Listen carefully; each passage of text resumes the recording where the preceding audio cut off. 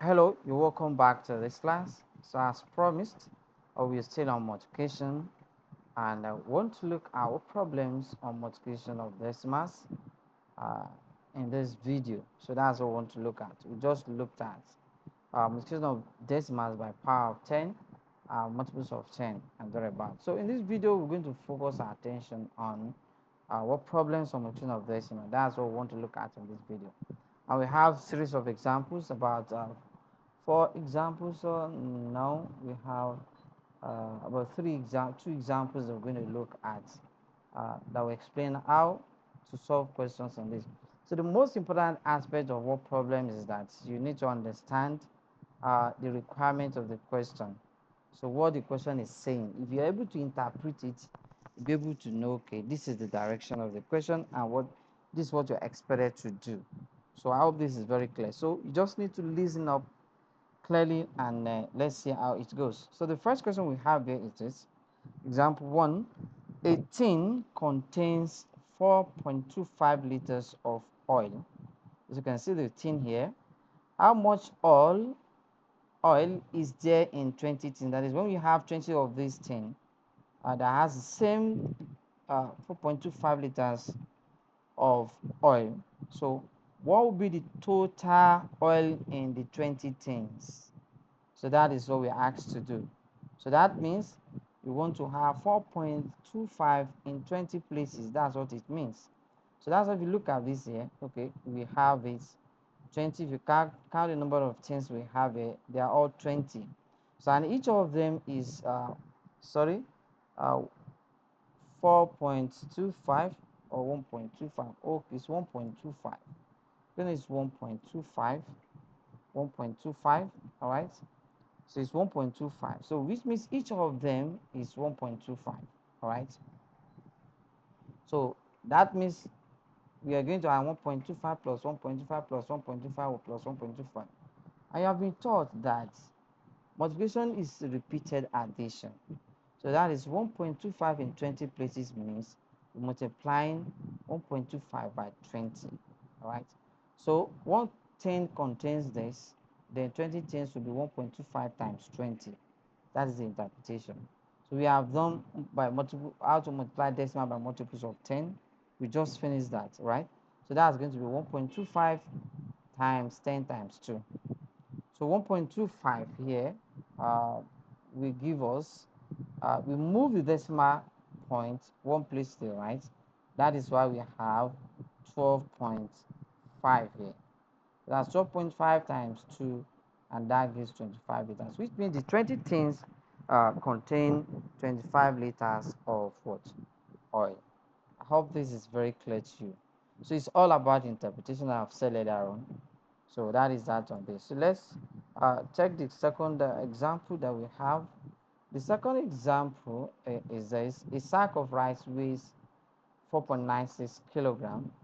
What is the total weight of 30 sacks? So when a sack is 4.96 and we now have 30 sacks, so what will be the total weight of this 30 sacks? That is 4.95 in 30 places. So we are adding 4.95 together in 30 times. So that means multiplication, and I will repeat again, multiplication is repeated addition. So that if you say 2 uh, 2 times 8, 2 times 8. So what that means is that you're adding 2 together 8 times. All right, 8 times. Continue adding it, continue adding. So instead of us doing that, we just multiply 2 times 8 and we get our answer. I hope I'm making sense. So this is it. So we have it 30 here, 30 sacks. All right, and then a sack is 4.96. So we want to get the weight of 30 sacks. So what we're going to do now is we're going to have one sack which is 4.96 kilogram, 30 sacks within the 4.96 times 30. That is 4.96 times 10 times 3. I hope I'm making sense. So in that case, we're going to have 4.96 times 10, that gives us 49.6. 49.6. So because we move the decimal place one place to the right, then times 3. So 4.96 times 3, 3 times 6 is 18, we carry 1, we keep 1. 3 times 9 is 27 plus 1, 28, we write 8, we carry 2. Don't forget we put a point there. This is it, let me put it there, 49.6 times 3. Alright, so 3 times 6 is 18, you write 8, you carry 1. The decimal point, repeat it here. 3 times 9 is 27, so 27 plus 1 is 28, you write 8, you keep 2. 3 times 4 is 12, 12 plus 2, that is 14. So we have 148.8 kilograms. That means that 30 sacks of rice weigh 148.8 kilograms. So that is that on this question. We look at it.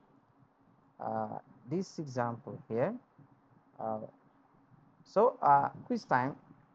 What you're going to do now is that you pause this video now and answer it. Then I'm going to provide solution to it. Is that clear? Okay, I'm going to give you a few minutes to do that. So you do that. You pause it. After pausing it for you, just you go through the examples again, and after your notes, see what you can get here. So before we move on. All right. So there are 60 books in a pile. If each book is 0.9 centimeters thick, what is the height of the pile of books? So we look at the books that I have there. So it means the width, that is what it means. That thickness is talking about the width. That is from here to here, from here to here, from here to here, from here to here, from here to here. Okay. So and they are telling us that each book they have 0.9 centimeters thick. 0.9 centimeter, 0.9 in 60 places. So we now packed books like this, 60 of it. All right. So they now ask, so what will be the height of the whole book? So that means we're saying that 0.9 times 60. That's what you have. They asked you to do there. 0.9 times 60. We're going to have 0.9 times 10 times 6. All right. So this will give 0.9, we move it one place to the right, that will be 9, then times 6. So 9 times 6 is what? 54. So that means it is what? 54 centimeters. The height of the pile of books there is what? 54 centimeters. I hope this is very clear to you. So that's on what problems on multiplication of decimals. What problem of multiplication of decimals by multiples of 10. So that is that we have there. So we just need to go through it for your level. You just need to go through the video over and over again for you to understand the concept before you go ahead and attempt your quiz.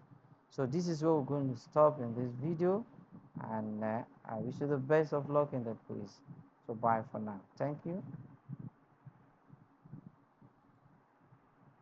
Bye for now.